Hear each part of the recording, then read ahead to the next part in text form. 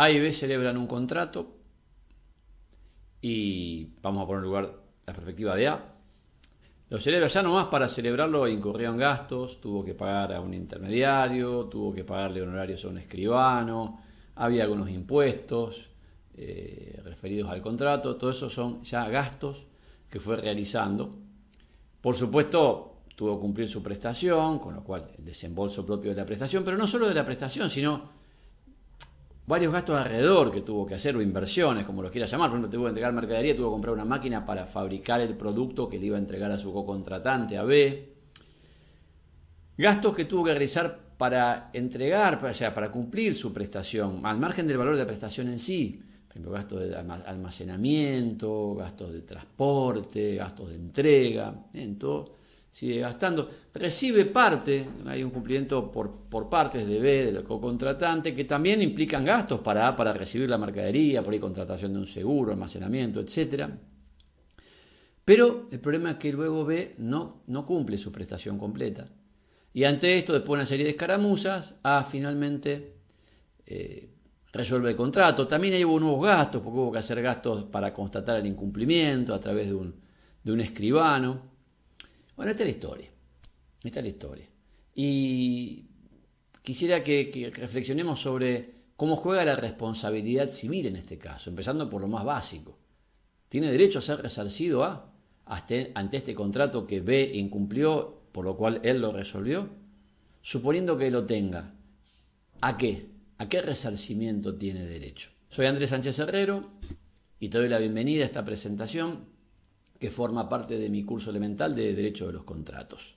Entonces, está dicho que hoy vamos a hablar de la resolución por incumplimiento y la responsabilidad civil. Específicamente, de la responsabilidad civil del incumplidor ante el incumplimiento de un contrato que finalmente fue, por la otra parte, resuelto. Subtemas.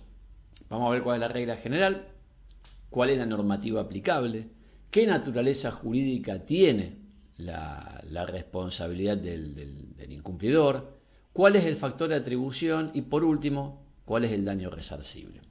La regla general, está claro, es que debería indemnizar el incumplidor al contratante que resolvió. En el ejemplo B, en el ejemplo que te di, en el caso que te di, B tendría que indemnizar a A. Pero cuidado, porque una cosa no va de la mano de la otra. Generalmente sí, pero no necesariamente. O sea, es perfectamente posible que un contratante tenga derecho a resolver por incumplimiento un contrato, pero no derecho a ser indemnizado. Ejemplo claro, si no sufrió un daño.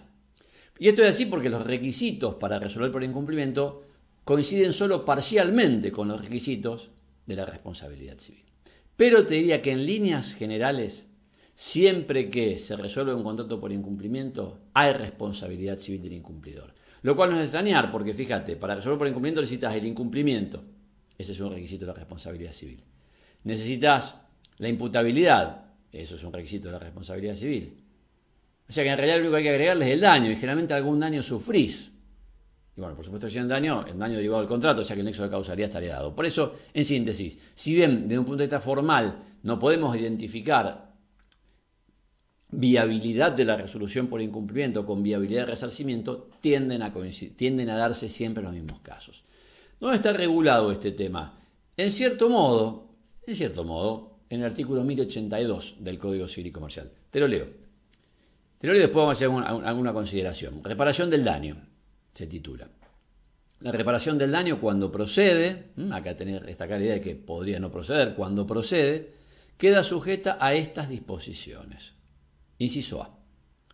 El daño debe ser reparado en los casos y con los alcances establecidos en este capítulo, en el título 5 o quinto de este libro y en las disposiciones especiales para cada contrato.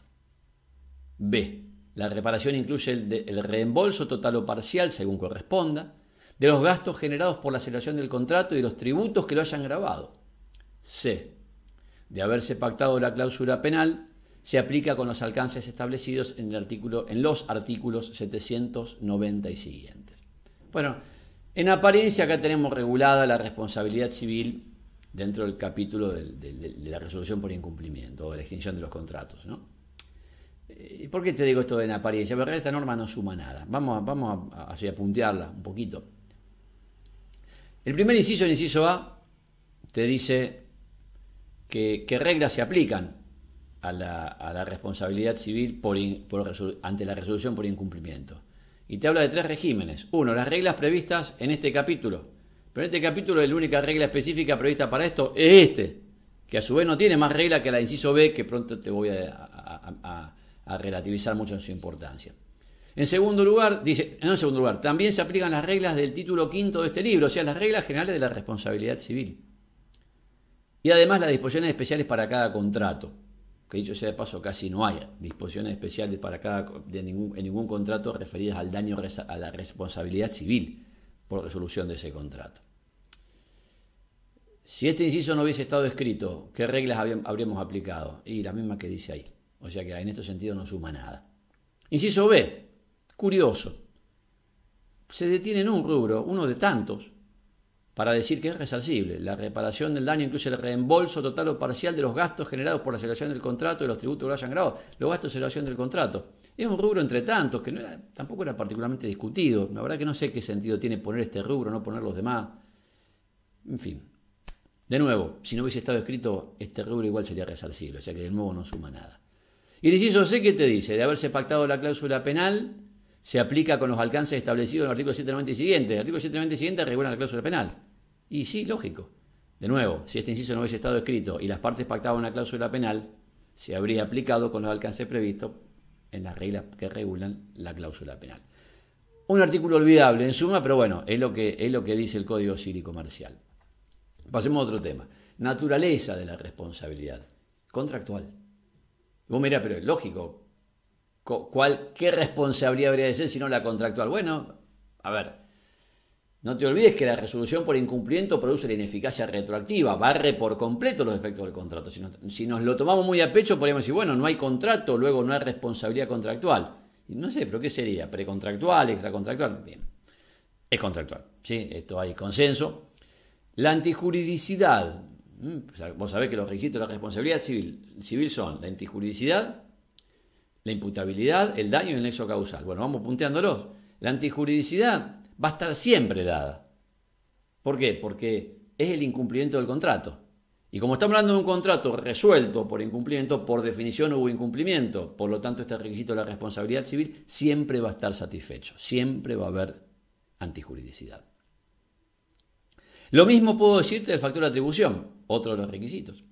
¿Por qué? Porque para poder resolver un contrato por incumplimiento, la doctrina dominante, la idea dominante es que hace falta la imputabilidad.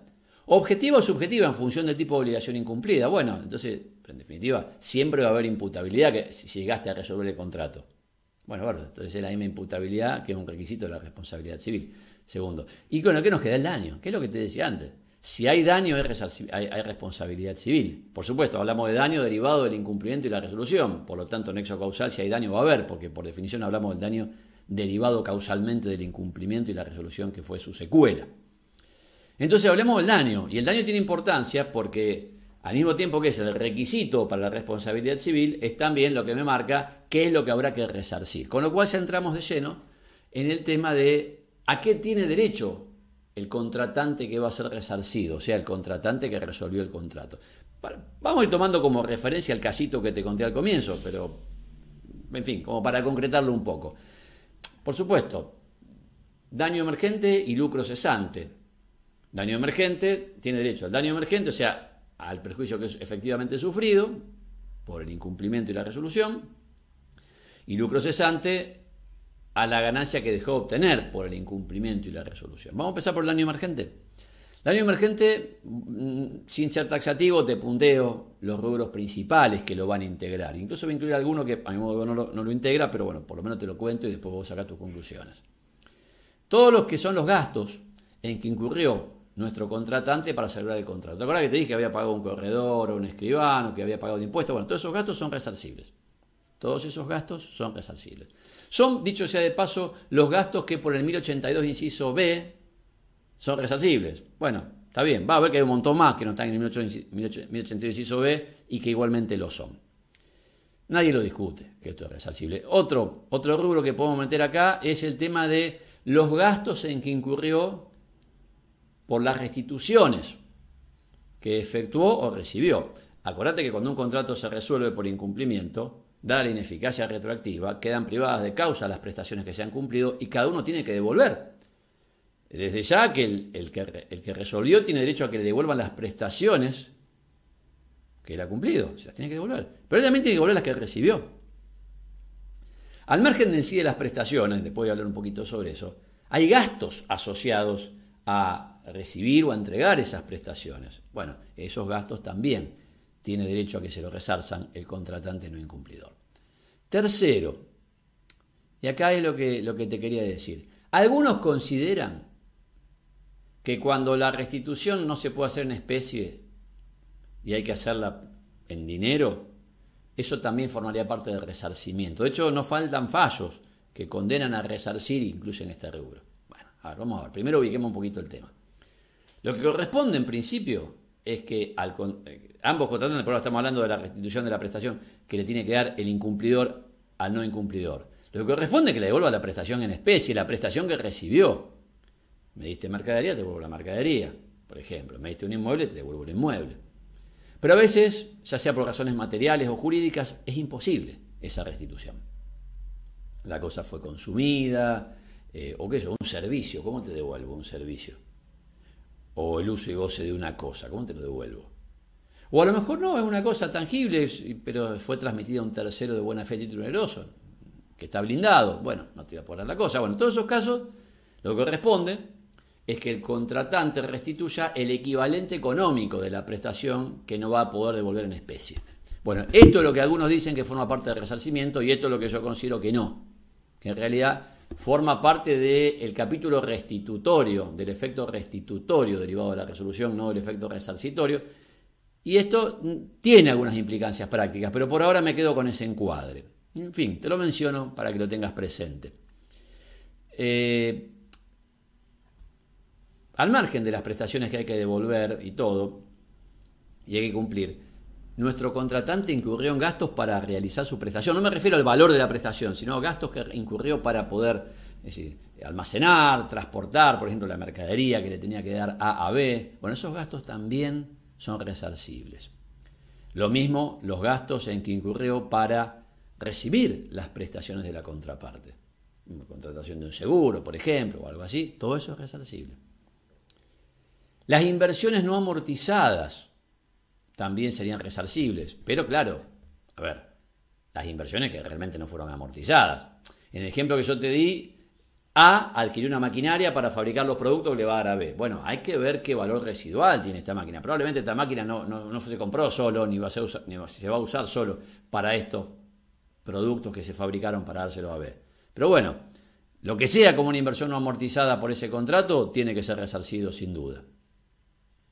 En fin, estos son podría agregarte un rubro más dentro de esta enumeración no taxativa, que son los gastos en que incurrió el contratante, que resolvió, para acreditar el incumplimiento. Por ejemplo, a lo mejor tuve que contratar y pagarle honorarios a un escribano para que hiciera una constatación del incumplimiento, ¿sí? Todos estos son, insisto, rubros resarcibles que encuadran dentro de lo que es el daño emergente, el perjuicio que sufrió efectivamente el contratante no incumplidor.